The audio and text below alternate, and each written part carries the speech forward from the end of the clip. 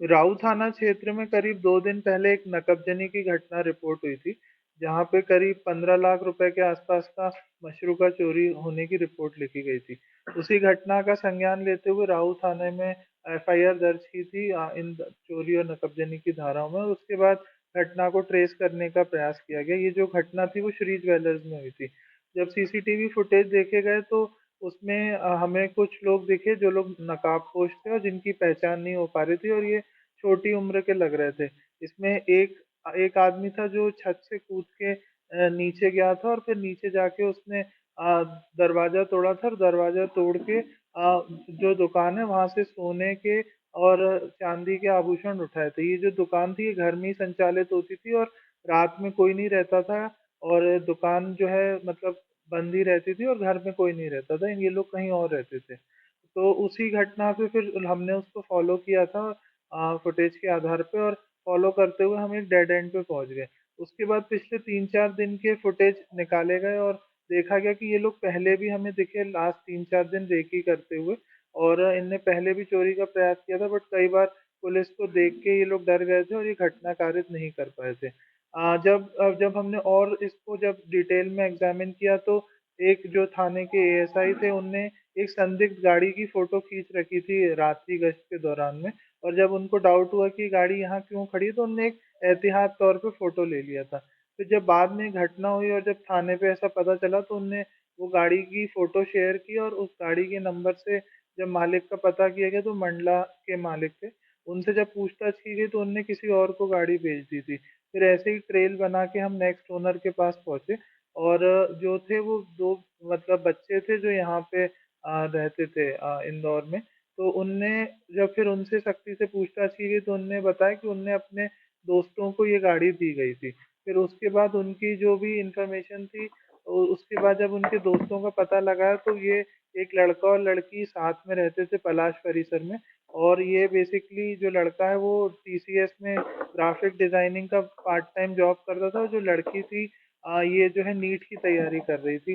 जो अभी हमने प्राथमिक तौर पे आधार कार्ड देखे हैं तो उनकी उम्र जस्ट 18 से हल्की सी अधिक हमें प्रतीत हो रही है। तो जब इनसे फिर ये लोग अपने घर चले गए थे यहाँ पे क्रिसमस मनाने, और जैसे ही पुलिस को सूचना मिली तो पुलिस ने भी इनको फॉलो किया, और इनको फिर कल रात्रि में जब भोपाल के ये लोग रानी कमलापति रेलवे स्टेशन से उतर के जेल रोड साइड घूम रहे थे तो वहां पर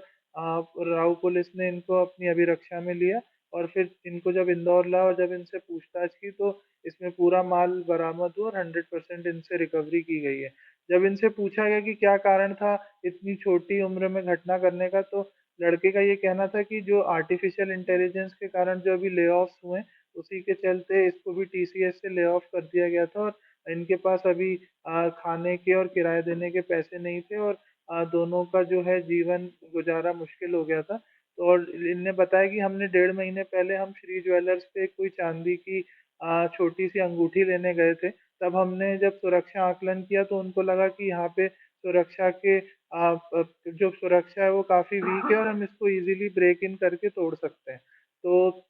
इसीलिए उनने प्लान बनाया कि हम यहाँ पे ये वारदात को अंजाम देंगे, और फिर उसी रात को ये बगल वाले घर की छत पे चढ़े, और बगल वाले घर 2-3 छत फांद के ये जो जो घटना वाली जो बिल्डिंग थी उसकी छत पे पहुंचे। फिर इनने जो है उसमें लकड़ी का यूज करके गेट को खोला, छत के गेट को, उस पे भी ताला नहीं था। फिर ये उतर के नीचे और जो दुकान का जो जो मेन गेट था उसको भी इनने इजीली तोड़ दिया। उसमें वो भी ज्यादा स्ट्रेंथ नहीं थी तो इजीली तोड़ दिया। उसके बाद ये अंदर गए, इनने कुछ करीब 10-12 तोला सोना और 1 किलो चांदी के आसपास वहां से उठा लिया, और वो अपने बैग में रख के निकल गए। इन लोग ने इसको बेचने का भी प्रयास किया गया, बट क्योंकि जो इनको दाम मिल रहा था उससे सेटिस्फाइड नहीं थे, और जो भी व्यापारी थे उनने बच्चा समझ के इनको उचित दाम नहीं दिए, तो इनने सोचा कि हम क्रिसमस के बाद इस मशरूका को बेच के रखेंगे, और ये अपने घर के लिए रवाना हो गए थे। तो इस टाइप की घटनाक्रम था, और इसमें जो राऊ थाना प्रभारी और एसीपी गांधीनगर की सराहनीय भूमिका रही है, और सभी टीम ने मेहनत करके लगभग 48 घंटे के अंदर अब पूरा 100% माल बरामद किया गया और जो जो फरियादी हैं उन वो भी संतुष्ट हैं पुलिस की रिकवरी से और उनने भी धन्यवाद व्यक्त किया पुलिस के लिए और ये एक पूरा घटना समझा। लड़का और लड़की जैसा मैंने बताया मंडला में ये लोग छठी क्लास से साथ में पढ़ते थे और ये लगभग 10वीं तक साथ में पढ़े और इसीलिए ये लोग दोनों दोनों एक दूसरे को जानते थे। लड़का जॉब करने के लिए टीसीएस के लिए यहाँ इंदौर आया और लड़की भी नीट की तैयारी करने के लिए यहाँ ही। दोनों का आर्थिक बैकग्राउंड कमजोर था और ये अपने मतलब लाइफ को बेटर करने के उद्देश्य से यहाँ इंदौर में आए थे।